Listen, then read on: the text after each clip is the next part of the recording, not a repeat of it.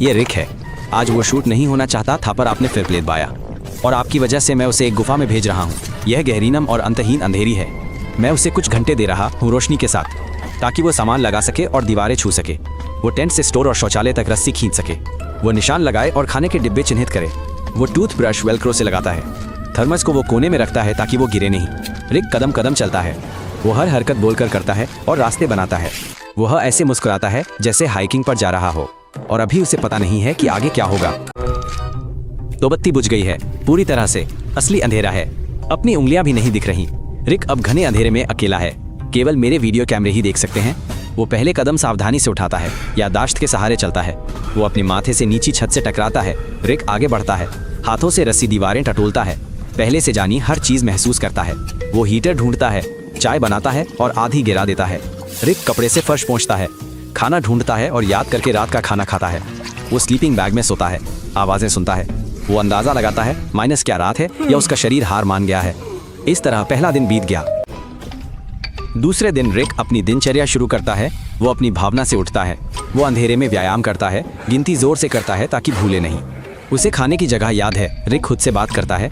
वो ऊबने से बचने के लिए ऑडियो डायरी रखता है। वो रस्सी पर गांठें बांधकर दिन गिनने का फैसला करता है। उसे अब भी भरोसा है कि वो उन्हें गिन पाएगा। उसके हाव भाव अब सटीक हैं। वो बर्तन नहीं गिराता, वो डिब्बों को नहीं मिलाता। लेकिन हर साधारण काम में उसे 3 गुना समय लगता है, क्योंकि अंधेरे में हर गलती एक आपदा है। हर गतिविधि में पूरी एकाग्रता चाहिए। तीसरे दिन वो गुफा को आवाजों से पहचानने लगता है। जहाँ पानी टपकता है वह गोदाम है। जहाँ कदम की आवाज गूंजती नहीं वह गलियारा है। जहाँ दीवार से गूंज आती है वह मुख्य बड़ा कमरा है। रिक अब अधिक आत्मविश्वास से चलता है और पहली बार में ही चीजें ढूंढ लेता है। पर एक क्षण वह गिनती भूल जाता है और एक के बजाय 2 गांठ बांधता है। फिर उसे खुद शक होता है कि 3 दिन हुए हैं या 4। ये पहली गड़बड़ थी। 5वें दिन रिक थकान की शिकायत करता है। इस समय तक शरीर बदलने लगा था। सूरज की रोशनी की कमी से विटामिन डी कम बनता है। रिक को लगता है शरीर में ऊर्जा कम हो रही है।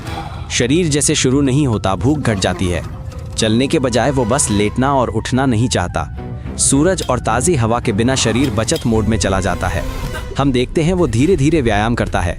अभ्यास के बीच रुक जाता है, अक्सर जमीन पर बैठता है। फिर वो डायरी में लिखता है, ये बस एक बिना मूड वाला दिन है।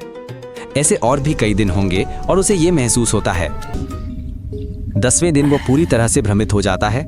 उसे लगता है कि 2 हफ्ते से ज्यादा बीत गए हैं। वो 2 बार लगातार खाता है। उसे लगता है कि खाने के बीच लंबा समय बीता है। फिर वो लगभग 1 दिन कुछ नहीं खाता है। उसे यकीन होता है कि उसने अभी नाश्ता किया है। उसकी आंतरिक लय बहुत आगे निकल जाती है। शरीर खुद तय करता है कि कब सुबह है और कब शाम। बिना रोशनी के दिमाग समय नहीं समझ पाता।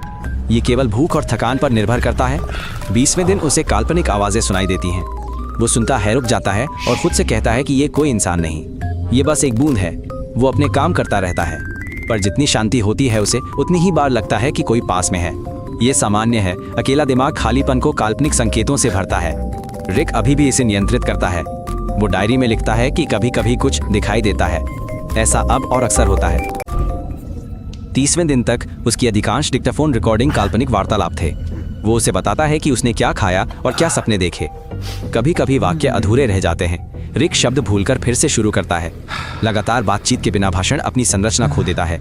वो ये नोटिस करता है और अपने सभी कामों पर जोर से टिप्पणी करने की कोशिश करता है। 40वें दिन तक वो शायद ही कोई गलती करता है। उसे सब कुछ पहली बार में मिल जाता है। उसकी हरकतें स्पष्ट और शांत हैं। उसके रास्ते तय हैं। रिक प्रतिध्वनि और तापमान के बदलावों से सब कुछ महसूस करता है। इसके बावजूद उसे विश्वास है कि अब लगभग 32वां दिन है। रिक अब गिनती नहीं करता, बस जीता है। रस्सी पर की गांठें अब कैलेंडर नहीं बल्कि एक आदत है। रिक अनुकूल हो गया है और अब अंधेरे से नहीं डरता। 80वें दिन तक रिक का शरीर नाइट मोड में चला गया था। उसकी नब्ज धीमी हुई, हरकतें कम हुई और नींद लगातार आती रही। उसमें कुछ भी बदलने की इच्छा लगभग खत्म हो गई थी। रोशनी की कमी से हार्मोन बिगड़ते हैं। वे ऊर्जा, मूड और एकाग्रता के लिए हैं। इसलिए रिक अक्सर चुप रहता है, दिमाग धीमा काम करता है। वो अपनी आदतें निभाता रहा। खाना ढूंढता, चाय बनाता, कम हरकत करता ताकि जमे नहीं। उसका मन बाहर निकलने की उम्मीद छोड़ चुका था और बस यहीं जीने का फैसला किया। 100वें दिन मैंने उसे पुकारा पर रिक ने तुरंत जवाब नहीं दिया। फिर वो धीरे से उठा जैसे पहली बार कोई कदम रख रहा हो। हमने उसका हाथ थामा, चश्मे पहनाए और उसे रोशनी में ले गए। पहले हल्की रोशनी थी, फिर हवा और आसमान दिखा। रिक ने आंखें बंद कर लीं और बस खड़ा रहा। आंसू अपने आप बहने लगे। रिक को शब्दों की जरूरत नहीं, वो फिर सूरज देख रहा है और तुम्हारे लाइक का हकदार है।